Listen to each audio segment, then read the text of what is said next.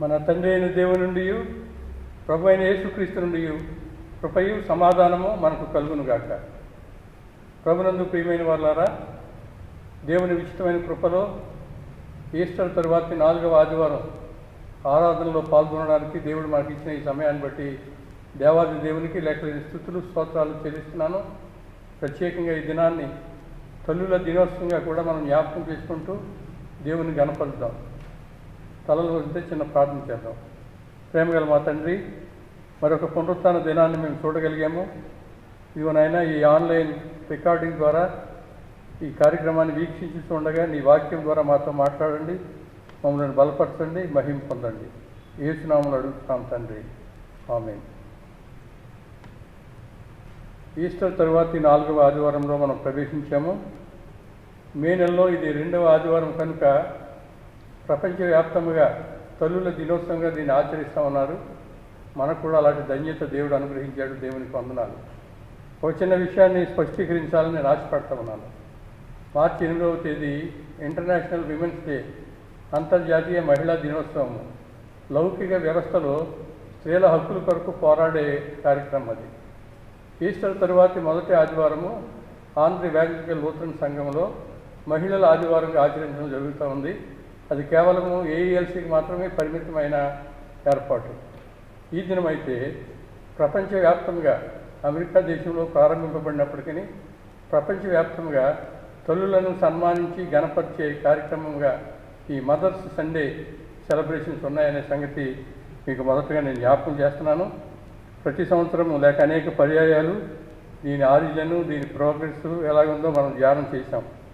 మరి మన తర్వాత తరం వారికి ఈ వర్తమానం అందాలనే ఉద్దేశంతో ఈ తల్లుల దినోత్సవం ఏ విధంగా ఏర్పడిందో క్లుప్తంగా నేను వివరించాలని ఆశపడుతున్నాను.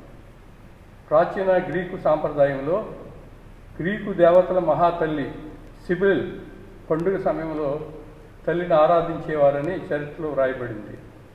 ఆ తర్వాత 16వ శతాబ్దంలో ఇంగ్లాండ్లోను ఐర్లాండ్లోనూ కూడా లెంట్లోని 4వ ఆదివారం తల్లి సంగమనకు వెళ్ళి బంధువులతో స్నేహితులతో పునఃసమాగమం చేయడం, యేసు తల్లి అయిన మరియను గణపరచడం అనే కార్యక్రమం జరిగేది.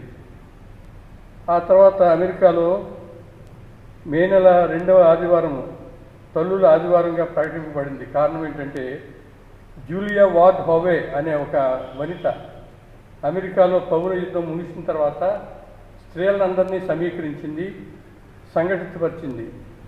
మరొక ప్రక్క 1868లో హ్యానా జార్విస్ అనే ఆవిడ ఇదే పనిచేసి తన తల్లి సేవలను పదిలపరచాలనే ఉద్దేశంతో గొప్ప ఉద్యమాన్ని నడిపింది. మొదటి తల్లుల దినం 1908 మే 10న నిర్వహింపబడింది. 1914లో అప్పటి అమెరికా ప్రెసిడెంట్ వుడ్రో విల్సన్ మే నెల 2వ ఆదివారాన్ని తల్లుల దినోత్సవంగా, తల్లుల ఆదివారంగా ప్రకటించడం జరిగింది. కనుక తల్లులు ఈ లోకానికి దేవుని చేత పంపబడిన దూతలు అన్నాడు ఒక ఆయన. God has given mothers a special charge to improve the human race. మానవ జాతిని వృద్ధి పొందించడానికి తల్లులు దేవుని చేత పంపబడ్డారు అనే మాటలు చెప్పబడుతూ ఉన్నాయి. కనుక తల్లి త్యాగపూరితమైన ప్రేమ ఈ దినాన్ని జ్ఞాపకం చేసుకోవడం ఎంతో దీవెనకరం. బిడ్డల మీద తల్లులు చూపే ప్రభావం అనేక సందర్భాలు గ్రంథంలో రాయబడి 1-2 సందర్భాలు జ్ఞాపకం చేయాలని నేను ఆశపడుతూ ఉన్నాను. నిర్గమాకాండము 2వ అధ్యాయంలో 2 తల్లులు మోషే పట్ల కార్యాలు జరిగించారు. They gave him life, they gave him love, they gave him leadership. మరి యెకోబెదు మరో కుమార్తె, ఒక ఆమె కన్న తల్లి, మరొక ఆమె పెంపుడు తల్లి. ఆయన పట్ల చేసిన కార్యాలను బట్టి ఆయన గొప్ప నాయకుడయ్యాడు. మరొక సందర్భాన్ని నేను జ్ఞాపకం చేయాలని ఆశపడతా ఉన్నాను. సమూయేలు 2వ గ్రంథం 21వ అధ్యాయంలో సౌలు ఉపపత్ని అయిన రిప్ప తన 7 కుమారుల్ని గిబియోను ఉరి తీశారు. ఆ శవాలు కొండ మీద ఉండిపోతే ఈ తల్లి బిడ్డల శవాలను చూడలేక యవలకాలం మొదలు వర్షాకాలం వరకు ఆ కొండ మీద రాత్రులు క్రూరముగాలు రాకుండా, పగలు గద్దలు తనకుండా శవాలకి కాపలా కాసి తల్లి ప్రేమను రుజువుపరిచింది. ఈ విధంగా పరిశుద్ధ గ్రంథంలో అనేక మంది తల్లులు తమ బిడ్డల పట్ల ప్రేమ కార్యాలు జరిగించారు. డాక్టర్ మార్టిన్ లూథర్ భార్య క్యాథలిన్ వాన్ బొరాని విటెన్బర్గ్ వేకువతార అనేవారంట. కారణం ఏమిటంటే సామెతల గ్రంథంలో చెప్పబడిన గుణవంతురాలైన స్త్రీ వలె ప్రతిరోజు పెందలకడే లేచి పిల్లలకు భర్తకు అవసరమైనవన్నీ సమకూరుస్తూ ఉంటే ఆమె పిల్లలు ఆమెను ధన్యురాలని అనేవారనే మాటలు చెప్పబడుతూ ఉన్నాయి. కనుక ఈ దినాన్ని బిడ్డలు ప్రేమతో గౌరవంతో తల్లులను సన్మానించాలి, గౌరవించాలి. సామెతల గ్రంథంలో అనేక చోట్ల చెప్పబడిన మాటలను జ్ఞాపకం చేసుకుంటే సామెతల గ్రంథము 1వ అధ్యాయం 8వ వచనంలో, 6వ అధ్యాయం 20వ వచనంలో తల్లి చెప్పు ఉపదేశమును త్రోసివేయకము, తల్లి చెప్పు బోధను త్రోసివేయకము అనే మాటలు కనబడుతూ ఉన్నాయి. కనుక బిడ్డలైన మనము మన తల్లిదండ్రుల పట్ల అలాంటి ప్రేమ కలిగి ఉండాలి. మనందరికీ తెలుసు 4వ ఆజ్ఞ, నీవు దీర్ఘాయుష్మంతుడు అయినట్లు నీ తల్లిని నీ తండ్రిని సన్మానించుము. గ్రంథంలో నాకు చాలా ఇష్టమైన సన్నివేశం ఒకటి ఉంది.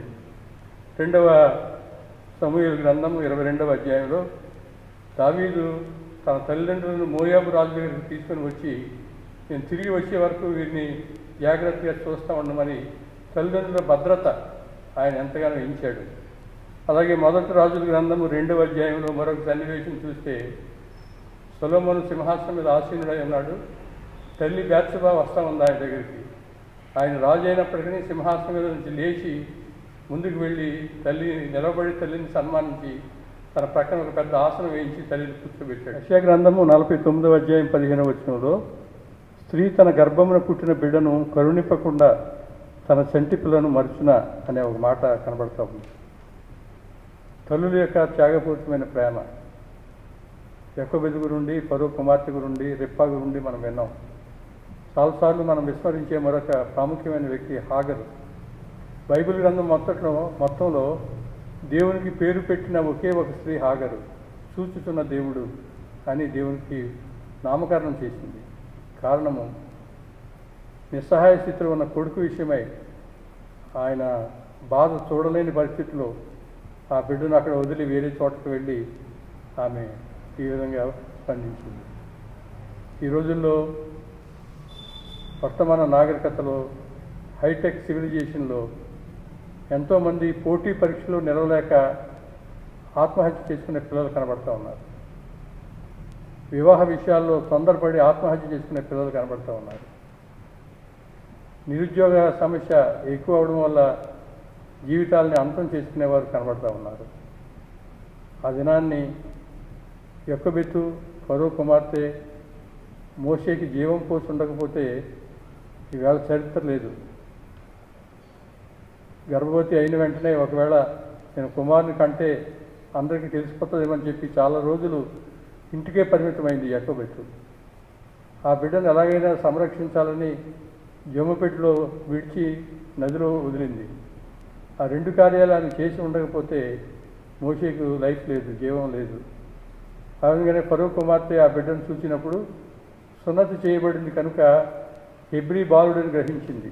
అయినా కానీ తండ్రి ఆజ్ఞను కాదని, తండ్రి ఆజ్ఞను తిరస్కరించి ఆ బిడ్డను ఇంటికి తీసుకొని వెళ్ళి పెంచింది. 2 మాటలు మనం చదువుతాము. యాకోబు పాలిచ్చి పెంచింది అనగా దేవుని సంబంధమైన సంగతులు, ఇశ్రాయేలు చరిత్ర బిడ్డకు నూరు పోసింది. ఫరో కుమార్తె సింహాసనం అధిరోహించడానికి అవసరమైన సకల విద్యను నేర్పించింది. అందుని బట్టి ఆయన నాయకుడయ్యాడు. ఒకవేళ ఈ దినాల్లో తల్లి ప్రేమ గొప్పదనే మాటలు చెప్పుకుంటూ బిడ్డలను ప్రేమించడం మంచిదే, కానీ బిడ్డల విషయంలో ఇంకా చేతులెత్తి ప్రార్థన చేసేవారుగా, మంచి కౌన్సిలింగ్ ఇచ్చేవారుగా, ఉపదేశాలు బోధనలు అందించేవారుగా ఉండడం ద్వారా సమాజానికి ఆశీర్వాదకారకుగా ఉండాలనేది మనందరి ఆశ. అలాంటి తల్లిదండ్రులను కలిగి ఉన్నందుకు మనం దేవుని యందు ఆనందిద్దాము. మన తల్లిదండ్రులు మనకి ఇస్తున్న నేర్పును బట్టి, సిద్ధపాటును బట్టి, ప్రార్థనా జీవితాన్ని బట్టి దేవునికి వందనస్తులమై ఉందాము. తల్లుల పట్ల మరింత ప్రేమ కనిపించి విధేయులుగా జీవించడానికి ప్రయత్నం చేద్దాము. తల్లులారా, దేవుని చేత మీరు ఈ లోకానికి పంపబడిన దూతలు. మీ ద్వారా నాగరికత మెరుగైన స్థితికి రావాలి. ఒకవేళ దినాల్లో ఎంతమంది మీ తల్లిదండ్రుల పట్ల అలాంటి గౌరవభావం కలిగి ఉన్నామో జ్ఞాపకం చేసుకుంటూ మనకు ఇవ్వబడిన తల్లులను బట్టి దేవునికి వందనాలు చెల్లిద్దాం. సందర్భంలో మన బ్యాటరీ గురుమండలో ఉన్న తల్లులందరినీ నేను అభినందిస్తూ ఉన్నాను. బిడ్డలను పెంచే విషయంలో, క్రైస్తవ వారసత్వాన్ని ఇచ్చే విషయంలో మన తల్లులు ఎక్కడా వెనకాడలేరు. ఈ సమయంలో పరలోకంలో ఉన్న తల్లుల్ని జ్ఞాపకం చేసుకుంటున్నాను. బిడ్డలను పెంచుతూ సరైన మార్గంలో మనవరాళ్ళను పెంచుతున్న మరి గ్రానీస్ వరకు నేను దేవునికి వందనాలు చెల్లిస్తున్నాను. ఒకవేళ తల్లులుగా కాబోయే వారిని నేను అభినందిస్తూ ఉన్నాను. ఈ తల్లుల ద్వారా దేవుని ప్రేమ మన సంఘానికి అనేకులకు పంచిపెట్టేదిగా ఉండాలని ఈ భయంకరమైన దినాల్లో తల్లుల ప్రార్థనలు, తల్లుల పరిచర్య సమాజానికి ఉపయుక్తంగా ఉండాలని నేను దేవుని ప్రార్థిస్తూ ఈ తల్లుల దినోత్సవ సందేశాన్ని ముగిస్తూ ఉన్నాను. ఈస్టర్ తరువాత 4వ ఆదివారం కొరకైన వాక్య భాగాలు చదువుగా మనం విన్నాము. పత్రిక వాక్య భాగముగా యాకోబు రాసిన పత్రిక 1వ అధ్యాయము 16వ వచనం నుండి 21వ వచనం వరకు, సువార్త వాక్య భాగముగా పరిశుద్ధుడైన యోహాను రాసిన సువార్త 16వ అధ్యాయం 5 నుంచి 15 వచనాల వరకు చదువుగా మనం విన్నాము. గత వారము యోహాను సువార్త 16వ అధ్యాయము కొన్ని వచనాలు చదువుగా మనం విన్నాము. రాబోయే ఆదివారాల్లో కూడా యోహాను సువార్త 16వ అధ్యాయము, 14వ అధ్యాయము వీటికి సంబంధించిన పాఠ్య భాగాలు మన కొరకు ఏర్పాటు చేయబడి ఈ ఉదయకాలమందు మన ధ్యానం నిమిత్తము యోహాను సువార్త 16వ అధ్యాయం 7వ వచనం నేను చదువుతూ ఉన్నాను. నేను వెళ్ళిపోవటం వల్ల మీకు ప్రయోజనకరము, నేను వెళ్ళని ఎడల ఆదరణకర్త మీ వద్దకు రాడు, నేను వెళ్ళిన ఎడల మీ వద్దకు పంపుదును. ఈ వాక్య భాగం ఆధారంగా చేసుకుని ఆదరణకర్త అయిన దేవుని పరిచర్య ప్రణాళిక, the mission manifesto of advocate God అనే అంశాన్ని మీ ముందు ఉంచాలని నేను ఆశపడుతూ ఉన్నాను. యోహాను సువార్త 13వ అధ్యాయంలో శిష్యుల పాదాలు కడిగిన ప్రభువు 14వ అధ్యాయం నుండి 16వ అధ్యాయం వరకు సుదీర్ఘమైన ప్రసంగం చేశారు శిష్యులకి. ఆయన మరణం గురించి, పునరుత్థానం గురించి, ఆరోహణం గురించి వారికి వివరిస్తా ఆయన వెళ్ళడం వల్ల పరిశుద్ధాత్మ ఆదరణకర్తగా, ఉత్తరవాదిగా పంపబడతాడు, వారు ఆదరింపబడతారనే మాటలు వారికి తెలియజేసే సందర్భం ఇది. అందువల్ల మనం చదువుకునే ఈ వాక్య భాగంలో ఆదరణకర్త, నేను వెళ్ళనేళ్ళ ఆదరణకర్త మీ వద్దకు రాడు.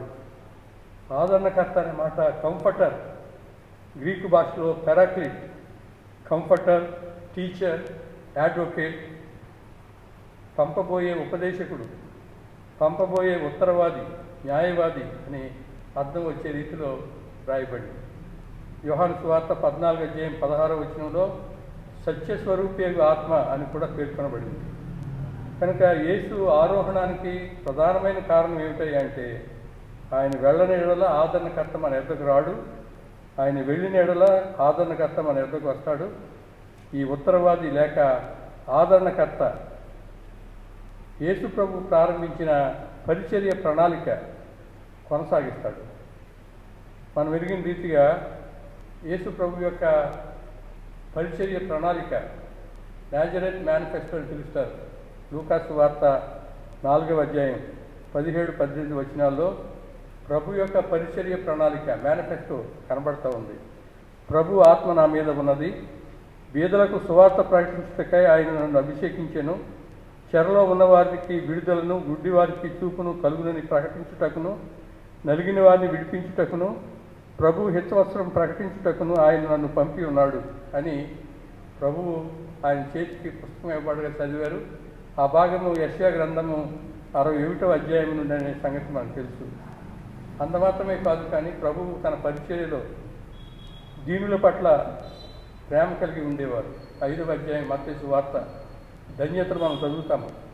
ఆత్మ విషయమై దీనులైన వారు, దుఃఖపడేవారు, సాత్వికం కలిగిన వారు, కనికరం గలవారు, హృదయశుద్ధి గలవారు, సమాధానపరిచేవారు, నీతి కొరకు ఆకలి దప్పులు కలిగేవారు, వీరందరి పక్షంగా ప్రభు మాట్లాడుతూ ఉన్నాడు.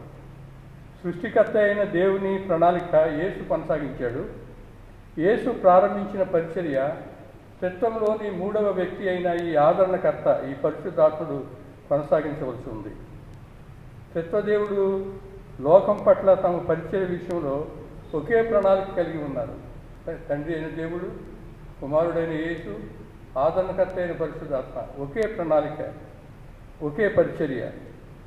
ప్రత్యేకించి ఉత్తరవాదిగా పరిశుద్ధాత్మ పరిచర్య ఏమని మనం ఆలోచన చేస్తే, ఈ దిన వాక్య భాగం ప్రకారము లోకము ఎక్కడ తప్పిపోయిందో, లోకం ఎక్కడ అవాస్తవిక స్థితిలో ఉందో, లోకం ఎక్కడ అంగీకార యోగ్యం కాని స్థితిలో ఉందో చూపించి తప్పులు సరిచేయడం అనేది ఈ ఆదరణకర్త అయిన పరిశుద్ధాత్మని పరిచర్య అని మన గ్రంథంలో చూస్తూ ఉన్నాం. ఈ భూమి మీద సిలువను ద్వేషించే వారిని ఎదుట ఆయన సేవకులు నిలబడినప్పుడు ఈ ఆదరణకర్త వారిని బలపరుస్తాడు. ఉదాహరణకు పౌలు భక్తుడు ఫెలిక్స్, అగ్రిప్ప ముందు నిలబడినప్పుడు ధైర్యంగా మాట్లాడాడు. ఎక్కడి నుంచి ఆ శక్తి ఆయనకు వచ్చింది? ఆదరణకర్త వారి పక్షంగా మాట్లాడాడు. లేక అపోస్తలులు న్యాయాధికారుల ముందు నిలబడినప్పుడు ధైర్యంగా వారు మాట్లాడగలిగారు. కారణము ఈ ఆదరణకర్త వారి పక్షంగా వాదించాడు. ఈ ఉత్తరవాది, ఈ ఆదరణకర్త మానవ హృదయాల్లోని మనసాక్షిని గద్దిస్తాడు. ఈ ఉత్తరవాది ఆదరణకర్త ఉచ్చరింపబడగాని మూల్గులతో మన పక్షంగా తండ్రి యొద్ద విజ్ఞాపన చేస్తాడు. వర్తమాన దినాల్లో పరిశుద్ధాత్మ పరిచర్య విస్తృతమైంది. విశ్వాసులకు క్రీస్తును బయలుపరచుచు క్రీస్తు రూపము వారిలో ఏర్పడే వరకు పనిచేయడం అనేది పరిశుద్ధాత్మ పని. ఆయన పరిచర్యలో భూమి మీద ఏ ఉద్దేశాలతో మానవులు ఉన్నారో ఆ ఉద్దేశాలు జరిగించడం అనేది ప్రాముఖ్యమైన సంగతి. సత్యస్వరూపేగు ఆత్మ అని పేర్కొనడంలో పరిశుద్ధాత్ముడు సత్యవంతుడు కనుక నీకు చేయు పరిచర్య సత్యమైనది. ఆయన సత్యాన్ని నీకు ప్రబోధిస్తాడు. నిన్ను నీ పరిచర్య ద్వారా అనేకులను సత్యంలోనికి నడిపిస్తాడు. లోకం అయితే ఆయన చూడదు, ఆయన ఎరుగదు కనుక పరిశుద్ధాత్ముడు లోకమును పాపం విషయంలో, నీతి విషయంలో, తీర్పు విషయంలో ఒప్పింపజేసే కార్యక్రమంలో ఉన్నాడు. 16వ అధ్యాయం యోహాను సువార్త 9వ వచనం నుండి 11వ వచనం వరకు మనం చూసినప్పుడు ఆయన ఎందు నిమిత్తము పాపం విషయంలో, నీతి విషయంలో, తీర్పు విషయంలో ఒప్పింపజేస్తున్నాడని ఆలోచన చేస్తే గ్రంథంలో రాయబడింది. 9వ వచనం నేను చదువుతున్నాను. లోకులు నా యందు విశ్వాసం ఉంచలేదు కనుక పాపాన్ని గురించి నేను ఒప్పింపజేస్తాను. నేను తండ్రి యొద్దకు వెళ్ళుట వలన మీరు ఇక్కడ చూడరు కనుక నీతిని గూర్చి నేను ఒప్పింపజేస్తాను. ఈ లోకాధికారి తీర్పు పొంది ఉన్నాడు కనుక తీర్పును గూర్చి నేను ఒప్పుకొని చేస్తాను. ఈ వాక్య భాగాన్ని ఆధారం చేసుకొని ప్రత్యేకంగా 9వ వచనం నుండి 15వ వచనం వరకు ఉన్న వాక్య భాగం ఆధారంగా చూసి 6 విధాలుగా లోకంలోని అవాస్తవిక సరికాని పద్ధతులను ఈ ఆదరణకర్త ఖండిస్తూ ఉన్నాడు, లేక లోపాలని ఎత్తి చూపుతూ ఉన్నాడు, లేక లోకంలో ఉన్నవారిని ఒప్పింపజేస్తూ ఉన్నాడని మనం గ్రహించాలి. మొదటిగా ఈ ఆదరణకర్త అయిన ఉత్తరవాది చేసే పని పాపం విషయంలో లోకాన్ని ఒప్పింపచేయడం. యేసుక్రీస్తునందు వారు విశ్వాసం ఉంచరు కనుక పాపం విషయంలో నేను ఒప్పింపజేస్తున్నానని పరిశుద్ధాత్ముడు మాట్లాడుతున్నాడు. యేసునందు విశ్వాసం ఉంచుట ఒకవేళ సరైన నిర్వచనం మనం చెప్పగలమో లేదు, పాపం అనే దానికి సరైన నిర్వచనం చెప్పగలమో లేదు. మొదటి యోహాను పత్రిక 2వ అధ్యాయము 16వ వచనంలో పాపం అనగా శరీరాశ, నేత్రాశ, జీవపు డంబం అని చెప్పబడింది. ఆజ్ఞాతిక్రమమే పాపం అని చెప్పబడింది. Missing the mark is sin అన్నాడు ఒక ఆయన. ఒకవేళ పాపము అనే దానికి సరైన నిర్వచనం మనం చెప్పలేకపోవచ్చు, కానీ యాకోబు పత్రికలు అంటాడు 4వ అధ్యాయం 17వ వచనంలో మేలైనది చేయనిరుగు చేయకుండా పాపం. కనుక పాపాన్ని గురించి లోకానికి లేక మానవాళికి సరైన అవగాహన లేదు కనుక వారు యేసునందు విశ్వాసం ఉంచడం లేదు. అందుచేత వారిని ఈ విషయంలో ఆయన ఒప్పింపజేస్తున్నాడు. యేసు దృష్టిలో లేక లేఖన భాగాన్ని అనుసరించి యేసు ప్రభువుని విశ్వసించుట అనగా అక్రమంగా ఉన్న లోకాన్ని, అసమానత్వాన్ని, అన్యాయాన్ని ఎదిరించకపోవడం అనేది పాపం. కొన్నిసార్లు మనం కమిషన్ ఒమిషన్ చేయడము చేయడానివి ఆలోచిస్తాము. కానీ ప్రభు ఇక్కడ చెప్పే మాట, నేను పేదలకు సువార్త ప్రకటించడానికి వచ్చాను, నలిగిన వారిని విడిపించడానికి వచ్చాను, ఆ కార్యక్రమం చేయడం అనేది నా యందు విశ్వాసం ఉంచడం. ఇంకా లోకాన్ని పరిశుద్ధాత్మను సరిచేస్తున్నాడు. ఒకవేళ పాపం విషయంలో సరైన అవగాహన నీకు లేకపోతే ప్రభునందు యేసునందు విశ్వాసం ఉంచడం అంటే ఆయన ప్రారంభించిన పరిచర్య కొనసాగించడం, అక్రమాన్ని ఎదిరించడం, అన్యాయాన్ని తిరస్కరించడం, పేదవారి పక్షంగా నోరు తెరవడం, ఇది ఆయన ఎందుకు విశ్వాసం ఉంచడం అని మొదటిగా పాపం విషయంలో సరైనది మన ముందు ఉంచుతూ ఉన్నాడు. రెండవది, నీతి విషయంలో ఉన్న తప్పు అభిప్రాయం. ఈ లోకానికి సంబంధించి నీతి అనగా మంచి పనులు. చాలామంది క్రైస్తవుల కన్నా క్రైస్తవేతరులు క్రమశిక్షణతో కూడిన జీవితాన్ని జీవించేవారు ఉన్నారు, కొన్ని పద్ధతులు పాటించేవారు ఉన్నారు, మంచి పనులు చేసేవారు ఉన్నారు. అక్కడ చెప్పబడుతున్న మాట, ఆయన యందు దేవుని నీతి అగినట్లు పాపం ఎరిగిన ఆయన మన కోసం పాపముగా చేయబడ్డాడు. కొరింథీయులకు రాయబడిన 2వ పత్రిక 5వ అధ్యాయం 21వ వచనంలో దేవుని నీతి అనే మాట కనబడతా ఉంది. కనుక పరిశుద్ధాత్మ దేవుడు నీతి విషయంలో లోకాన్ని ఒప్పింపు చేయడానికి కారణము, లోకం దృష్టిలో నీతి అనగా మంచి పనులు, కానీ మంచి పనులు మురికి గుడ్డలని గ్రంథంలో రాయబడింది. ఆయన ఆరోహణంలో తండ్రి వద్దకు వెళ్ళిపోతూ ఉన్నాడు కనుక నీతిని గురించి ఆయన మాట్లాడుతూ ఉన్నాడు, లేక ఒప్పింపజేస్తూ ఉన్నాడు. మన నీతి స్వనీతి, మన నీతి నిలబడని నీతి. కానీ దేవుని నీతి మనకు ఆపాదింపబడినట్లు మనం నీతివంతులుగా తీర్చబడతాము. అందుచేత పరిశుద్ధాత్మ దేవుడు నీతి విషయంలో ఒప్పింపజేస్తూ ఉన్నాడు. ఆయన ఆరోహణంలో ఆయన తండ్రి వద్దకు వెళ్ళి తిరిగి వచ్చే వరకు ఆయన నీతి నిత్యము నిలుస్తుంది. ఈ ఉత్తరవాది అయిన ఆదరణకర్త దేవుడు మనుషుని నీతిని కొట్టివేస్తూ ఉన్నాడు, వేషధారణ క్రైస్తవ్యాన్ని ఖండిస్తూ ఉన్నాడు. ప్రేమ మనకు ఆపాదింపబడే దేవుని నీతి, అగపే ప్రేమ, అది దేవుని నీతి. అలాంటి నీతిని గూర్చి పరిశుద్ధాత్మ దేవుడు మనల్ని ఒప్పింపజేస్తూ ఉన్నాడు. మూడవది, తీర్పు విషయమై ఆయన తప్పు పడతా ఉన్నాడు లోకాన్ని, లేక తీర్పు విషయంలో అవాస్తవికతను ఆయన బయటపెడతా ఉన్నాడు. 11వ వచనంలో లోకంలో మనుషులు తీర్పు తీర్చేటప్పుడు పక్షపాతంతో తీర్పు తీర్చుతారు, లేక ధనవంతుల పక్షంగా మొగ్గు చూపుతూ ఉంటారు. ఈ లోకాధికారి త్రోసివేయబడ్డాడు కనుక నేను తీర్పును గూర్చి ఒప్పింపు చేస్తున్నాననే మాటలు మనం జ్ఞాపకం చేసుకుంటే, యోహాను సువార్త 12వ అధ్యాయంలో నేను పైకెత్తబడినప్పుడు అందరినీ ఆకర్షించుకుంటానని ప్రభువు చెప్పాడు. ఆయన శిలువ మీద మరణించినప్పుడు అక్కడ రాయబడిన మాట, యోహాను సువార్త 12వ అధ్యాయం 31, 32 వచనాల్లో, ఇప్పుడు లోకాధికారి బయటకు త్రోసివేయబడ్డాడు. యేసు శిలువనెక్కినప్పుడు సాతాను త్రోసివేయబడ్డాడు.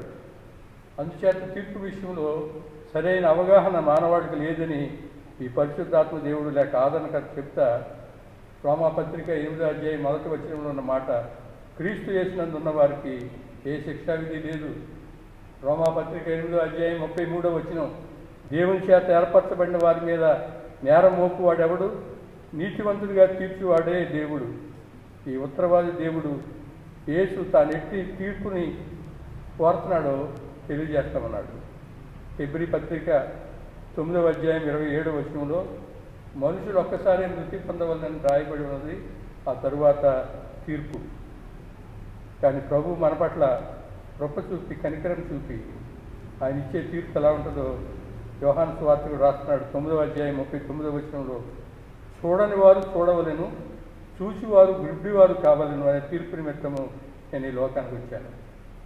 వేషధారణ క్రైస్తవులను పక్కన పెట్టి బీదలను బలహీనులను బలపరచడానికి నేను వచ్చాను, వారి పక్షంగా వ్యాజ్యమాడడానికి నేను వచ్చాను, అది నా తీర్పుని ప్రభు చెప్తూ ఉన్నాడు.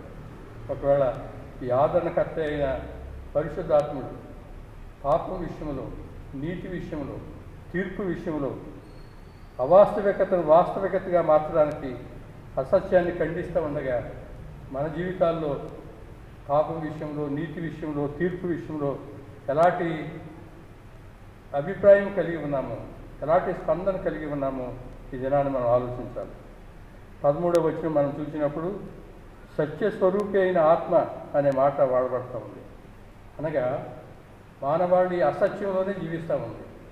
అబద్ధాల బ్రతుకు, అబద్ధాల ప్రవక్తలు, అబద్ధ బోధలు, అబద్ధ రక్షకులు, మోసకరమైన పద్ధతిలోనే మా ప్రపంచం నడుస్తూ ఉంది. అందుచేత ఇక్కడ ప్రభు చెప్తున్నాడు, సత్యస్వరూపి అయిన ఆత్మ వచ్చినప్పుడు. యోహాను సువార్త 8వ అధ్యాయంలో మనం చూస్తాము, కుమారుడు మిమ్మల్ని స్వతంత్రులుగా చేయును, లేక సత్యము మిమ్మల్ని స్వతంత్రులుగా చేయును అనే మాట. యోహాను సువార్త అనేక పర్యాయాలు ప్రభు చెప్పిన మాట, నేను లోకానికి వెలుగును, మీరు కూడా లోకానికి వెలుగు అయి ఉండాలనే మాట. ఆ మాట చెప్పడంలో ప్రభు ఉద్దేశము, నేను మానవాళిని అసత్యంలో నుండి సత్యంలోనికి, చీకటిలో నుండి వెలుగులోనికి, మరణంలో నుండి జీవంలోనికి వచ్చాను అనే మాటలు ఆయన తెలియజేస్తూ ఉన్నాడు. అలాంటి పరిచర్య కొరకు ఆయన ఇచ్చాడు. ఆ పరిచర్య కొనసాగించాలి అని యేసు ప్రభువు త్రిత్వంలోని 3వ వ్యక్తి అయిన ఆదరణకర్తకు తెలియజేస్తూ ఉన్నాడు. మన క్రైస్తవ జీవితంలో ఎంతవరకు సత్యాన్ని గ్రహించే వారంగా మనం ఉన్నాము, ఎంతవరకు సత్యంలో మన కుటుంబాలను నడిపిస్తూ ఉన్నాము ఆలోచించేద్దాము. పరిశుద్ధాత్మ దేవుడు మనలో కొనసాగించే గొప్ప ప్రక్రియ సత్యాన్ని అన్వేషించడం. 5వదిగా 13వ వచనం ఆధారంగా మనం ఆలోచన చేస్తే, రాబో కాలాన్ని అంచనా వేయడంలో మనం తప్పిపోతూ ఉన్నాం. జరగబోయే సంగతుల విషయంలో మనం అవాస్తవికతలో జీవిస్తూ ఉన్నాం. ఈ ఆదరణకర్త తనంత తానే ఏమీ బోధింపక వేటిని వినునో వాటిని బోధించి సంభవింపబో సంగతులను మీకు తెలియచేయను. ఈ ఆదరణకర్త అయిన పరిశుద్ధాత్మకు ఇవ్వబడిన డ్యూటీ ఏంటంటే, యేసు ప్రభు చేసిన బోధనల్ని మనుషులకు జ్ఞాపకం చేస్తా, ఏ సంగతులు అయితే యేసు ప్రభు ఆయనకు అప్పగిస్తారో ఆ సంగతులు జ్ఞాపకం చేయడం, మనకు తెలియచేయడం. సంభవింపబో సంగతులు పరిశుద్ధాత్మకు తెలియజేస్తాడని రాయబడింది. కానీ విచారకరమైన సంగతి ఏమిటంటే, యేసుని గురించిన సువార్త జ్యోతిశాస్త్రం వల్ల ఈ దినాన్ని పెంచబడతా ఉంది. మత్తయి సువార్త 24వ అధ్యాయంలో ప్రభువు ఆయన రాకడకు, యుగ సమాప్తికి సూచనలు ఏమని అడిగినప్పుడు, అంతం రాకముందు ఆయన రాజ్య సువార్త లోకమంతా ప్రకటింపబడాలని తెలిపాడు. మనందరికీ తెలుసు, కాలాలు సమయాలు దేవుని స్వాధీనంలో ఉన్నాయి. భవిష్యత్తు ఏమై ఉన్నదో మనకు తెలియదు, కానీ భవిష్యత్తు ఎవరి చేతిలో ఉన్నదో మనకు తెలుసు. భవిష్యత్తు ఎవరి చేతిలో భద్రంగా ఉన్నదో మనకు తెలుసు. నిన్న నేడు నిరంతరము ఏకరీతిగా ఉన్న దేవుని చేతిలో మనము ఆధారపడాలనే సత్యాన్ని పరిశుద్ధాత్మ దేవుడు మనకు వివరిస్తూ ఉన్నాడు. డాక్టర్ మార్టిన్ లూథర్ దగ్గరికి వెళ్ళి, రేపు దినాన్ని ప్రభు 2వ రాకడ ఉన్నదంటే మీరేం చేస్తానని అడిగితే ఆయన అన్నాడు, నేను ఒక యాపిల్ చెట్టు నాటుతాను. ప్రభు రేపు వస్తాడని చెప్తే యాపిల్ మొక్క నాటుతానన్నాడు డాక్టర్ మార్టిన్ లూథర్. ఈ దినాల్లో చాలామంది ఈ భూమి మీద ఎలా సంచరించాలో, ఈ భూమి మీద ఎలా జీవించాలో తెలియక ఏ చిన్న సన్నివేశం కనబడినా, ఉరిమినా మెరిసినా ప్రభు రాకడ వచ్చింది, ప్రభు రాకడ వచ్చిందని గగ్గోలు పెడతా ఉన్నారు. ప్రభు రాకడ నుండి పరిశుద్ధాత్మ దేవుడు మనకు చెప్పాలి, జరగబోయే సంగతులను ఆయన వివరించాలి. ఆ విషయంలో ఈ ఆదరణకర్త వారిని ఒప్పింపజేస్తూ ఉన్నాడు.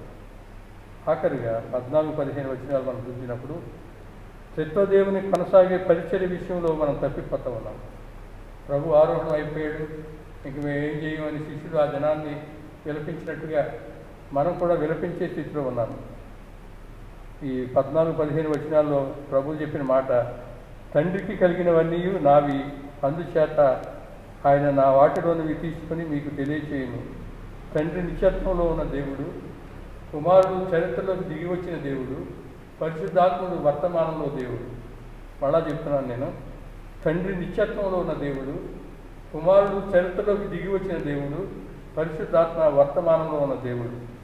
ఈ ముగ్గురు సృష్టి ఆది నుండి ఉన్నవారు, సమాన ఆధిపత్యము కలిగిన వారు.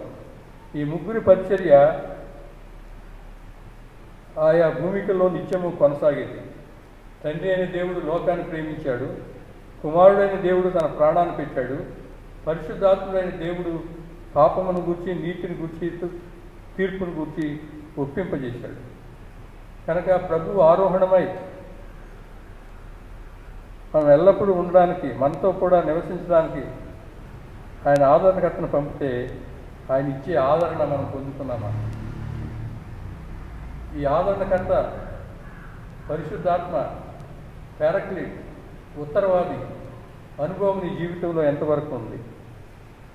అపోస్తుల కార్యాలు 19వ అధ్యాయము 2వ వచనంలో ఎఫెసులో ఉన్న యోహాను శిష్యులు అంటున్నారు, పరిశుద్ధాత్మ ఉన్నాడు అనే సంగతే మేము వినలేదు, పరిశుద్ధాత్ముడు ఉన్నాడనే సంగతే మేము వినలేదు.